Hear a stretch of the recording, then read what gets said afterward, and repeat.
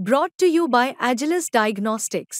Health test की बात आती है तो मैं भरोसा करता हूँ India largest diagnostics company Agilus Diagnostics. खुद को टेस्ट करते रहो। माढा लोकसभेच्या निवडणुकीनंतर आता माढा विधानसभेच्या निवडणुकीमध्येही रंगत येणार आहे आणि त्या ठिकाणी थेट आव्हान देणार आहेत अभिजित पाटील। आपण पाहिलं की अभिजित पाटील हे शरद पवारांचे सोलापूर जिल्ह्यातील खास शिलेदार आहेत आणि कदाचित ते गनिमी कावा देखील करतील अशी मतदारसंघात चर्चा आहे। आपल्यासोबत अभिजित पाटील आहेत, आपण त्यांच्याकडून जाणून घेऊया। बबन दादा तुमच्या समोर आहेत, 6 टर्मचे आमदार आहेत, काय आव्हान वाटते? 6 टर्मचे आमदार असताना देखील माढा तहसील ऑफिसमध्ये बाथरूम करता आलं नाही। आज माढ्यामध्ये ऊस आणि पाणी याच्या पलीकडे काही काम करता आलं नाही। आज त्या ठिकाणी कोणत्याही गावाला आज रस्ता नाही। आज त्या ठिकाणी जात असताना सगळ्या गावामध्ये निराशाचं वातावरण त्यांच्याबद्दल आहे। आज त्या ठिकाणी शैक्षणिक सुविधा करता आली नाहीत, आरोग्याची नाही।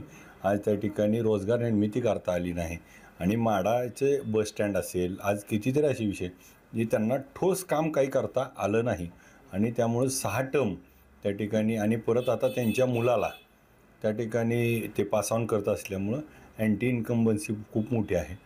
त्यामुळे त्याचा मला खूप मोठा फायदा होतो आहे आणि त्या ठिकाणी चांगला प्रतिसाद मिळतो आहे आणि उद्याच्या निवडणुकीमध्ये मला विजयाची खात्री वाटते। माढ्यामध्ये एक चर्चा आहे, राजा का बेटा राजा नाही बनेगा, का कशासाठी ही चर्चा चालू आहे? आपल्याला पण माहिती आहे ही पंढरपुरात त्याच्यावरच मी विठ्ठल कारखाना जिंकला होता।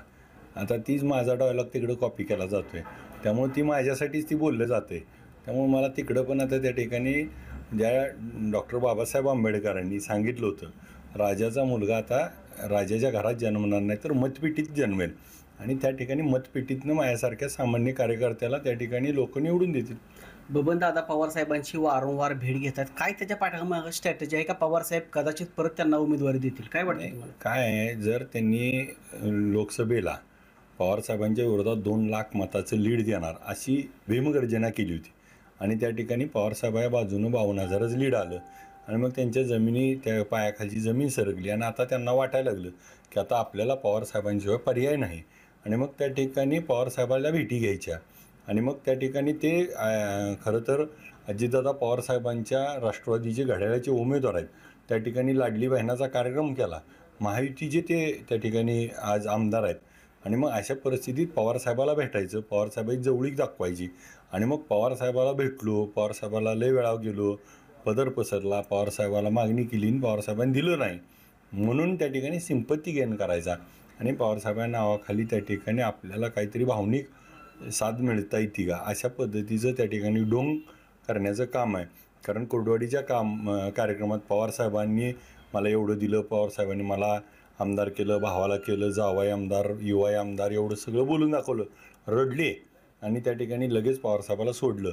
ही त्यांचं नवीन स्ट्रॅटेजी नाही, ती जुनीच आहे, ते त्या ठिकाणी करतायत। रणजित भैया शिंदे आणि बबनदादा शिंदे या दोघांपैकी आव्हान कोणाचं वाटतं, म्हणजे निवडणुकीला समोर जाताना काय असं वाटतं? दादा ज्येष्ठ आहेत, दादांचा अनुभव दीर्घ आहे आणि दादांच्याबद्दल आदर देखील आहे।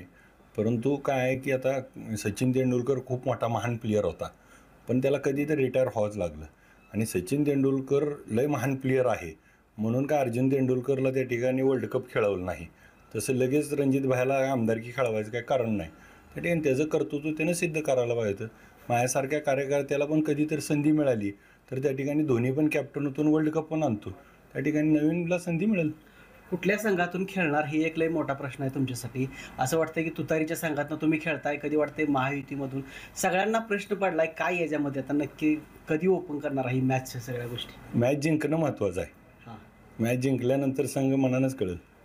आणि आता मोहिते पाटील देखील आहेत इच्छुक त्या मतदारसंघातून अशी चर्चा आहे, काय म्हणजे ह्या बाबतीत काय चर्चा होते की विरोधक म्हणून बबनदादाचे सगळे एकत्र येत आहेत, मंदिरात शपथा घेत आहेत, मग काय तुमची भूमिका काय आहे? काय जरी झालं तर निवडणुकीच्या रिंगणात उतरायचं का सपोर्टिव्ह भूमिका घ्यायची, भविष्यात काय असणार आहे? नाही, सगळ्यांची मिळून निवडणुकीत एकच भूमिका आहे की सत्ताधाऱ्यांना थांबवायचं आणि ते सगळेजण मिळून सत्ताधारी त्यांना थांबवतील। आज जशी काही आपण बघितलं, हे सगळे स्पर्धक आहोत आम्ही काही एकमेकाचे विरोधक नाहीत, आमच्या सगळ्याचा मिळून एकच विरोधक आहे। त्यामुळे आम्ही स्पर्धक आहोत, जे प्रत्येकजण आपापल्या परीनं उभारण्याचा प्रयत्न करते, तिकीट मिळवण्याचा प्रयत्न करते आणि त्या ठिकाणी निवडून येण्यासाठी प्रयत्न करते। ज्यावेळेस आचारसंहिता लागेल आणि चिन्ह वाटप होईल किंवा उमेदवारी जाहीर होतील त्यावेळेस खऱ्या अर्थाने त्याची रंगत येईल आणि त्यावेळेस आपल्याला सगळ्याला चित्र स्पष्ट होईल. शेवटचा प्रश्न विचारतो. लोकसभेच्या निवडणुकीवेळेस तुम्ही तुमची म्हणजे शरद पवारांनी तुमची एकमेव आमदारकी होती राज्यामध्ये घोषित केली होती. आज देखील काय उमेदवार भेटून येतात त्यांना म्हणतात की सर्वे सुरू आहे किंवा ही जागा कुठल्या ह्याला सुटणार ही सांगत नाहीत. मात्र तुमची जागा ही 6 महिन्यापूर्वी डिक्लेअर केली होती.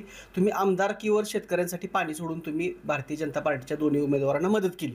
आता विधानसभेला गनिमी कावा तुमचा असेल का काय असेल? नाही, 6 महिन्यापूर्वी नाही, 1.5 वर्षापूर्वी पवारसाहेबांनी माझी उमेदवारी जाहीर केली.